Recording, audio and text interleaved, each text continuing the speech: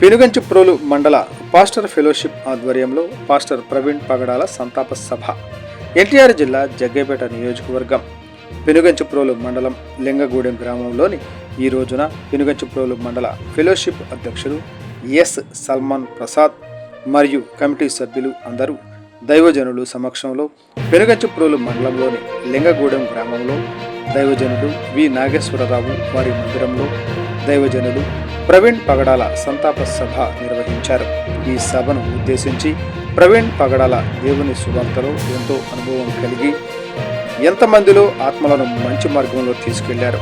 దేశ రాష్ట్రంలోని మంచి పేరు తెచ్చుకున్నారని దైవజనులు జోసెఫ్ పాల్ మరియు దావీదు వారు చేసిన పరిచయం గురించి మాట్లాడి వారి కుటుంబంను ఆదరించి ప్రార్థన చేయించారు.